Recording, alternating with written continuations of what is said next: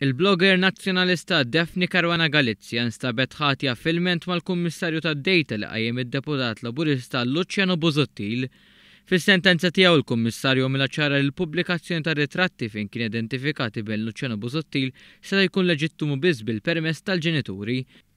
Il-Kummissarju tad-Dejta qal li sansitra dawn ir-ritratti għandhom jitneħħew mill-blog tagħha jew inkella jkunu emendati b'mod li t-tifel ma jkunx identifikat.